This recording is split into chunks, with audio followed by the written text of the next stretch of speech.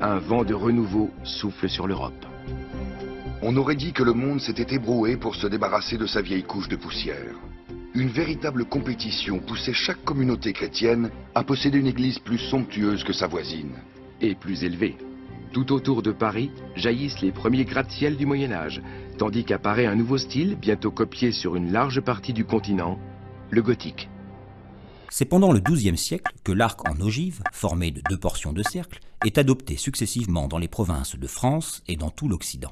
La voûte d'ogive consiste à construire des arcs qui reposent sur des piliers et qui se croisent à la clé de voûte. Ainsi, la poussée exercée par la voûte est rejetée sur les piliers et non sur les murs qui peuvent désormais être ajourés ou supprimés. Il suffit de construire des piliers les plus solides et les plus hauts possibles pour élever des voûtes à des hauteurs impressionnantes et créer ainsi des volumes gigantesques caractéristiques de l'architecture gothique.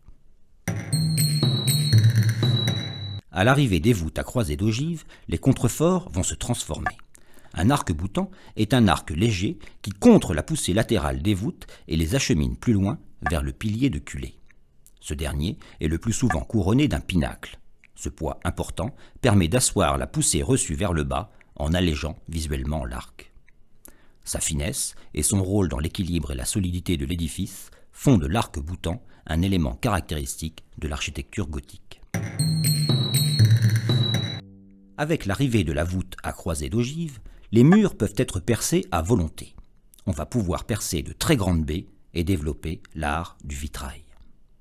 Le vitrail est une composition décorative formée de pièces de verre. Celles-ci peuvent être blanches ou colorées et peuvent recevoir un décor représentant des scènes de la vie de Jésus ou des saints. Ce nouvel art permet aux églises de devenir des édifices baignés de lumière. Les grandes ouvertures et le vitrail sont caractéristiques de l'architecture gothique. Très simple sur les premiers édifices romans, le tympan devient de plus en plus décoré, à la fois pour magnifier la maison de Dieu et participer à l'instruction religieuse en représentant principalement des thèmes issus de la Bible ou de la vie des saints. Jusqu'à la fin du XIIIe siècle, en France, les statues sont ensuite peintes de couleurs vives. La sculpture connaît un vif essor lié au chantier des grandes cathédrales. Les éléments caractéristiques de l'architecture gothique, en revanche, sont donc des arcs brisés, des voûtes à croisée d'ogive, des murs fins et hauts, des arcs-boutants et de grandes baies. Les édifices gothiques peuvent donc être très élevés avec des volumes baignés de lumière. Les villes européennes se muent en gigantesques chantiers. Les architectes médiévaux ont leurs édifices dans la tête.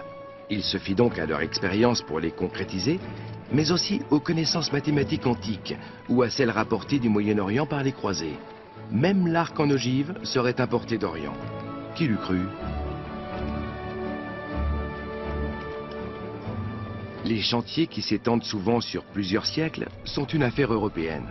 Maîtres d'œuvre flamands et français, tailleurs de pierre lombards, charpentiers du sud de l'Allemagne, travaillent main dans la main.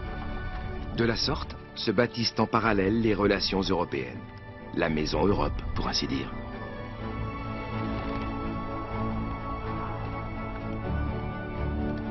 C'est bon, c'est parfait.